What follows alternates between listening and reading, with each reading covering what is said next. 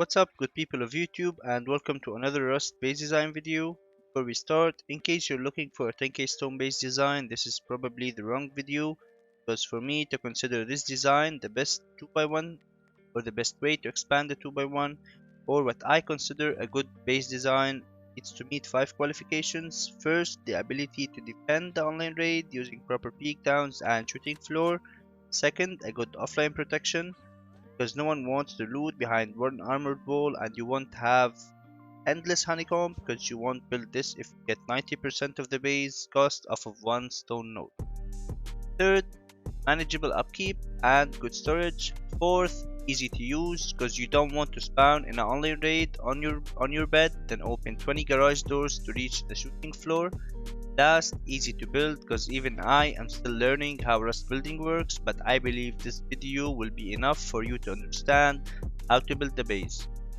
Of course, nothing comes for free. The base costs around 70k materials, including all garage doors and embrasures of course, and around 300 high quality metal, including all vending machines. The cheapest way I could find to raid the base was to top down it with a total of 32 rockets to all main loot and main TC, but of course some auto turrets on the roof might discourage the raider or even warn you when the raider starts rocketing the turrets off of a minicopter. In case the raider is on ground, the cheapest way I could find was 40 rockets to main loot and main TC. Now before we go into the base build, I want to explain something I believe I did 2 or 3 videos on, but I'll do it quickly. Now this is a sheet metal 2x1 with 3 garage doors to main loot. The cheapest way to raid this 2x1 is to blow and splash damage 2 walls, right? Let's say you throw 7 rockets here and couple explosive ammos, you'll get rid of those 2 walls. Then you will be greeted with these vending machines, but of course they will be rotated. Then you have the tool cupboard in here. Even if you destroy the tool cupboard, you won't be able to jump inside because you won't fit in here. Even if you jackhammer this one, you won't have enough space to fit in, and you cannot fit in this small crack in here. This is because I no clipped of course. Now if you destroy this bag, you will be able to place one, but since I used the multi-TC concept, the privilege of these external TCs will overlap in the core after the main TC is destroyed. Therefore, you won't be able to place anything in the middle. And one more thing people kept asking me is how can you rebuild after these walls are destroyed? Well guys, it's pretty easy. You just come inside, you empty your vending machines, you rotate them all. Oops.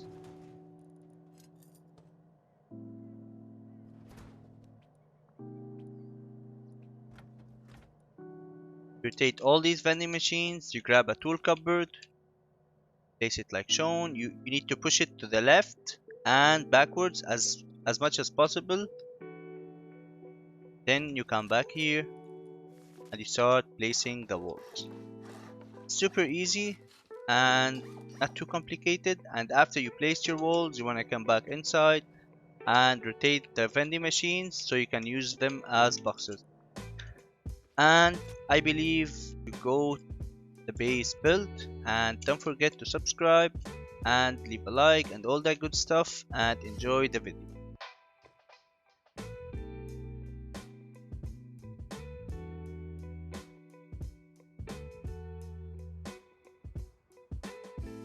We approach the base through this entrance. We have 2 windows, one shop front, fodder campers. Then behind these garage doors we have 9 furnaces and 4 drop boxes that are protected by these garage doors. We have the same on the other side. The only difference is that we have this jump up that leads us to the second floor, where we have our level 3 workbench, our mixing table, repair bench, and 6 protected vending machines that can only be looted if this window is destroyed. On the second floor we have 2 beds. You can always add more, and you can always put them in this area if you build the heli hanger on the roof and close this gap. Behind this door, we have our Peekdowns. We have 4 spawn points on the Peekdown layer.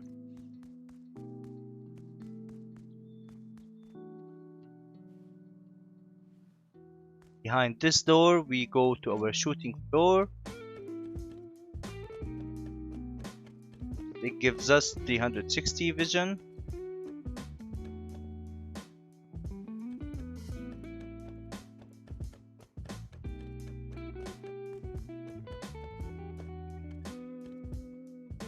Our roof is pretty big. You can always add the heli hanger on the main footprint area.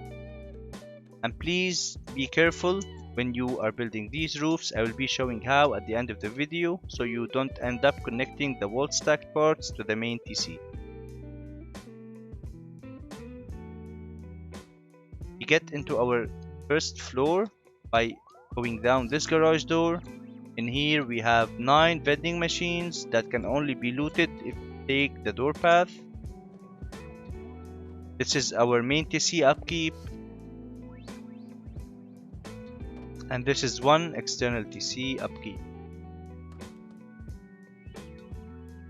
Also, don't forget to leave a sleeping bag and some machetes in case you want to disconnect this TC from the wall stack part and replace the main.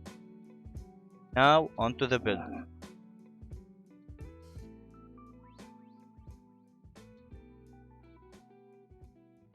Before we expand, make sure that this twig stays wood. The TC is placed in this corner. This doorway and this doorway are wood, so we can replace those with garage doors later on, and we can place vending machines after soft siding this one. To expand, we want to make sure that the footprint fits. First, start by placing the foundations of the honeycomb.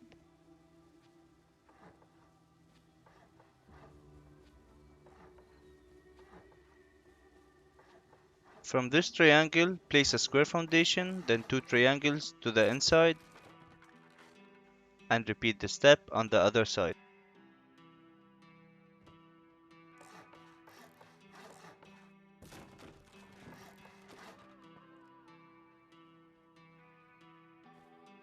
Then, from these 2 triangles, place a triangle, a square, remove the triangle, and go out 8 square foundations. Keep the last one and remove the rest. Then come back with 4 half moons.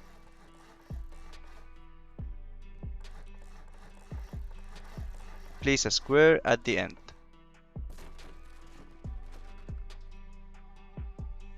Then from this square, go 1 square to the left and 2 triangles, and 1 square to the right and 2 triangles, and repeat the step on the other side.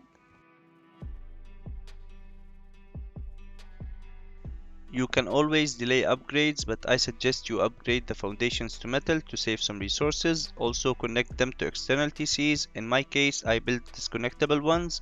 I will leave a link in the description on how to build them. After that, surround the wall stacked part with 2 floors of full walls and build the entrance as shown in here.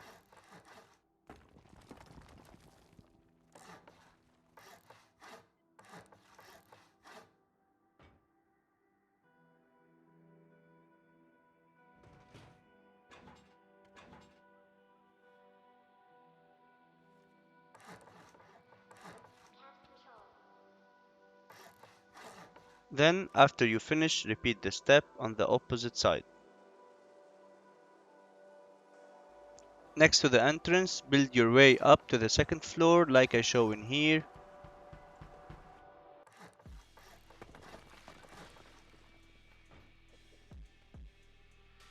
Then finish the honeycomb with sheet metal and the core with armored, and finish the roof like shown here, but don't close this gap because we'll close it later on using the wall stacked foundations. Place 2 stories of full walls where shown. Then section the second floor, and under the wall frame, build your jump up.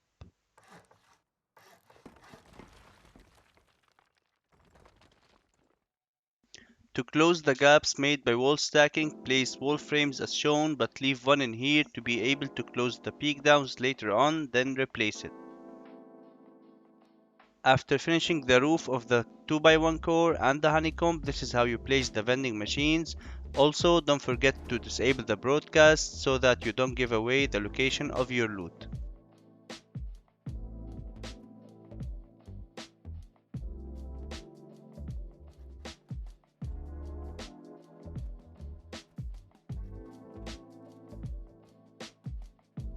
You can fit 9 vending machines in the core, but make sure not to clip the closed ones into the TC. This way we can replace it after it gets destroyed. Also, don't forget to disable the broadcast. We can place 3 more vending machines to the right.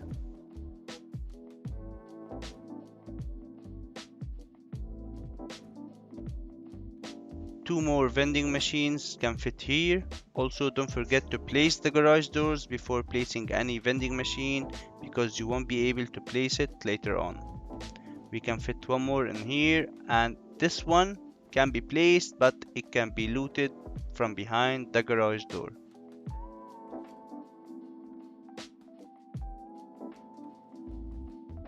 This is the footprint of the shooting floor. Doorways go here and the rest are windows.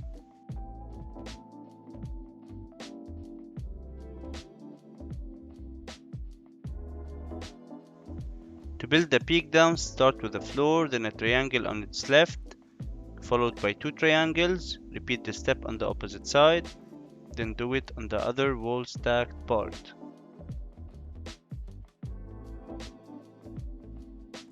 Floor, 2 triangles, then a triangle to finish it off, and same on the opposite side. Close these gaps starting from the wall frame that is connected to the wall stacked part, then a triangle.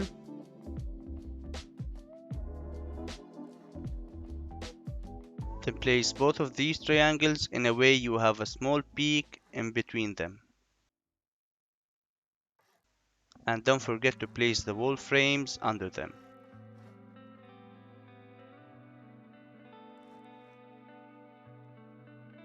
Place these 2 doorways. Then section the shooting floor from the peak downs and the main core from the peak downs as well.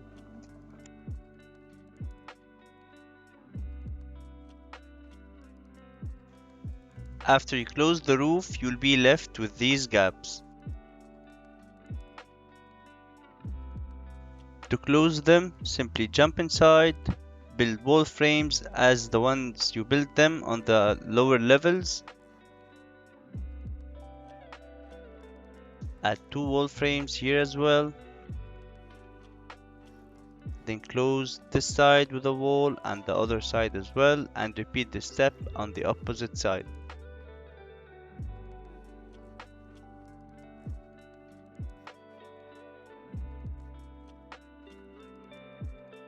After you close your roof, you want to start placing roofs around it. Start by placing a roof triangle, then one on the right and one on the left. Then place 2 roofs to the left like I show, and please be very careful how I place them, because this is very important. In case you missed one or you placed one by mistake, the externals will blow up and these parts will get connected to the main one, and you'll be left with a big upkeep.